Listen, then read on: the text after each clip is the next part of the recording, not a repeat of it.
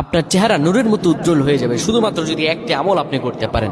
অজু করার সময় পানি যখন আপনার চেহারায় দিবেন, আপনার চেহারায় পানি দেওয়ার সময় শুধুমাত্র একটি দোয়া আপনি পড়বেন, আপনার চেহারা থেকে মেস্তা, ব্রণ এবং চেহারার বিভিন্ন রকম কালো দূর হয়ে যাবে এবং চেহারার সৌন্দর্য এবং লাবণ্য ফুটে উঠবে এবং চেহারায় যেন নূর চলে আসবে ইনশাআল্লাহ। অনেকে দেখা যায় সুন্দর কিন্তু দেখতে ভালো লাগে না, কিন্তু অনেকে কালো কিন্তু তারা দেখতেও ভালো লাগে।